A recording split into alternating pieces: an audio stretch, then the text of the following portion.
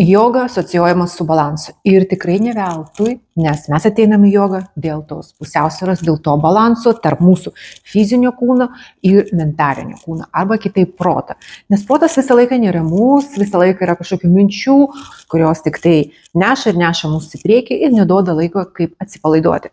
Ir panagrinėkime vieną balansinę poziciją, kartu ir paprasta, kartu ir sudėtinga, vien dėl to, kad reikia išlaikyti tą balansą, tai yra druvasana arba medžio pozicija. Kodėl nevadinama druvasana? Todėl, kad tai yra druva, sanskritai išvertus pastovus, nekintantis arba išminčius, kuris toj pozicijoje stovėjo ir meditavo toj pozai ir pozicija kartais vadinama būtent mūsų klasikiniai Hatha joga mokyklai. Taigi, kaip daroma pozicija, kairė koja žingsnis į priekį ir visą svorį paskirstam ant jos, ant tos pėdos, ant kairės.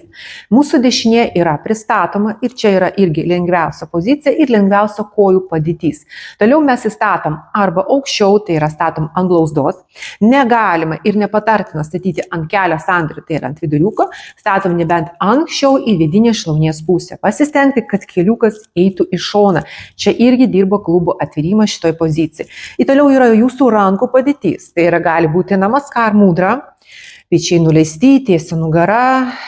Ir jeigu čia yra komfortiškas su rankom, mes ištiesiam virš galvos ir rankos ištiestos per alkūnę.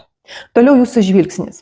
Paprastai visi žiūri žemyn. Tai reikia stengtis tą žvilgsnį nuo žemiausios pozicijos, kai jūs įbedat savo žvilgsnį į grindis, žiūrėti tiesiai prieš save, tai yra žvilgsnis jūsų akių linijų.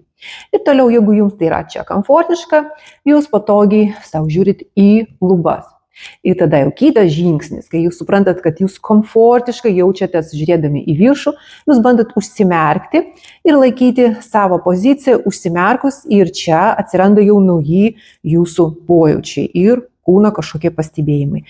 Ir kai mes jau išeiname, mes grįžtame rankas namaskar, atpalaiduojame koją, kompensuodami visą svorį ir jeigu norisi, mes išjudinam pėdą, sukamiaisiais judesiais į vieną ir į kitą pusę. Ir visą kitą mes kartojame ant dešinės kojas.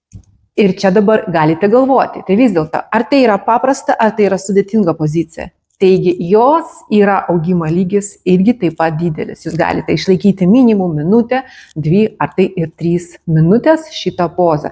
Jis turi labai didelį terapinį poveikį. Ir iš tikrųjų tikrai patariu visiems, kas sėdimai, kas dirba sėdimai darbą atlikti, tiesiog atsistoti, mėginti užfiksuoti žvilgsnį arba tiesiog užsimerkti, kaip tik pabūti. Ką darot iš terapinio poveikio, tai stipriai atpalaiduoja sėdimąjį nervą. Taigi, tai yra vėlgi, galima pasakyti, kad nuo jūsų nugaros skausmų sėdint. Taigi, praktikuokite ir būkite sveiki.